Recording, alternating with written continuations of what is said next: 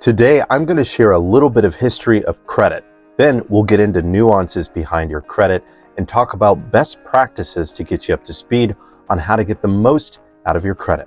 In 1956, two friends by the name of Bill Fair and Earl Isaac created a corporation whose cornerstone was mathematics. Thus the acronym FICO, Fair Isaac Corporation, currently traded on the New York Stock Exchange as FICO. Basically, the two created an algorithm that was designed to predict the likelihood that any particular individual would default on a payment past 120 days within a 2-year span of time. To put things into perspective, 2 years or 24 months is a good measure of time to determine a person's track record for reliability in making payments. And after 120 days of no payments, the likelihood of a person resuming or catching up on payments falls dramatically. So this is why it's such an important benchmark. What we now call a FICO score did not exist initially. The FICO score, ranging from 300 to 850, kind of naturally evolved to help lenders and consumers have a metric by which to speak the same language. Imagine what life was like for banks and other lenders before FICO. It was kind of a guessing game based on assets, receipts, and promises. With a comprehensive and reliable metric for determining default, banks could better predict revenue and avoid unnecessary losses. So let's talk about your credit score. If you have a credit score between 300 and 579, your credit is rated bad or subprime. This means that you either have poor history of paying on time or that you simply have little to no history of using established credit and paying on time. The likelihood of being approved for a major credit card in the subprime range is about 15 to 30%. So for renting a home or an apartment, you'll almost certainly be put through the gauntlet with large upfront payments or being required to have a cosigner to be approved. This is why it's ideal to help young people learn the value of accountability by helping them establish credit early. Now, if you have a credit score between 580 and 669, your credit is considered fair, moving from subprime to near prime, okay? Not exactly favorable, but it's further along on the spectrum to achieve access to the luxury of getting a loan, to start a business, to buy a home, or to purchase items that are generally beyond the reach of people with poor credit history. In the near prime range, you'll have about a 30 to 50% chance of being approved for a major credit card. And much the same as a subprime credit consumer, you'll likely be required to pay a deposit to rent and may be required to have a cosigner as well. If your credit score is 670 to 799, you've moved into the prime range.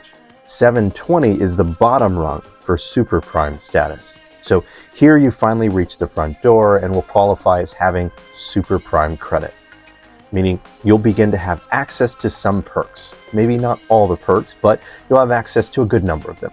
So reasonable access to lower interest rates on home loans, car loans, and even credit cards without being subjected to predatory interest rates. At this range, your chances of being approved for a major credit card increase significantly, between about 60 and 80%.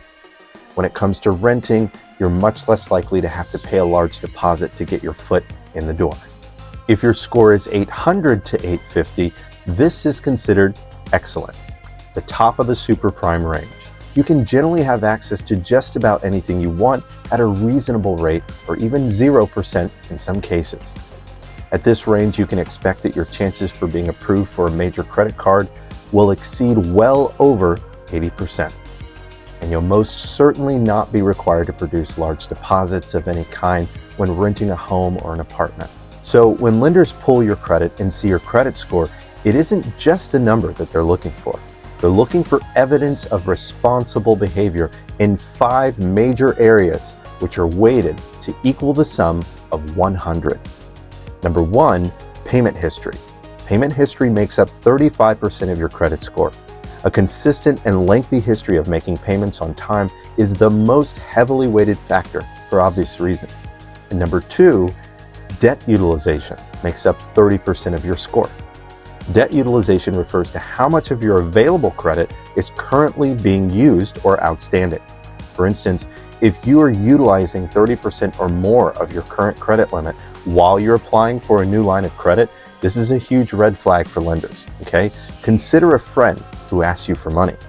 When you know they already owe other friends money, they may be overextending themselves and putting you at a much higher risk of not being paid back in a reasonable time period, or possibly never being paid back at all. If possible, make 2 or more payments during the month, even before the statement due date, in order to keep your credit utilization below 30%. This will keep you from setting off alarm bells with lenders if you need to apply for new credit or refinance for one reason or another. Number 3, length of credit history makes up about 15% of your credit score. By the way, many consumers who may have lines of credit which have been open for many years may not use those credit cards often. This can actually hurt your credit score, because after about 6 months of no activity, that line of credit contributing to your length of credit history goes dormant. So the moral of the story here is to keep your lines of credit active and visible to the algorithm by utilizing them at least once every 6 months, okay? Number 4, credit mix. Credit mix makes up 10% of your credit score. Credit mix refers to the different types of lenders, such as credit card lenders, mortgage or car loan lenders, and even personal installment lenders. The more robust your history of paying on time with different types of lines of credit, the more comprehensive a picture of your reliability will be to a lender. Consider that a mortgage is a long-term loan that is paid over an extended period of time. Having a perfect payment history on a mortgage loan demonstrates reliability over time. Shorter-term debts like credit cards are designed to demonstrate how responsible you are with borrowing money regularly and paying it back over a shorter period of time. So around 8 to 20 years or more of established credit history, making payments on time will yield you a rating of excellent in the credit history category.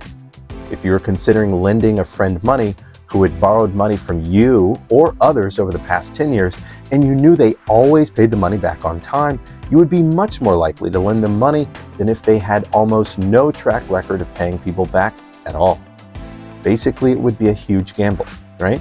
Combine the short and long-term payment history together, and you'll get quite a bit more information about a consumer than you would by looking at only one factor over time. And finally, number 5, new credit. New credit makes up the remaining 10% of your credit score. New credit refers to inquiries to the credit bureaus by lenders for consumers who are looking for new lines of credit. This kind of inquiry is known as a hard inquiry and will have a negative impact on your credit score for up to 2 years. A hard inquiry is generally required for a loan, a credit card, or a mortgage. If you're applying for a line of credit and want to find the best interest rate, it is best to check multiple creditors, but do it within a 14-day period. The reason is because FICO will register one or even several hard inquiries as a single inquiry if it's done within about 2 weeks. A soft inquiry, on the other hand, does not adversely impact your credit because it's not an attempt to attain new credit. This is important to remember because a soft credit inquiry may be required to enter into an agreement with a renter for a job application or even for permanent life insurance.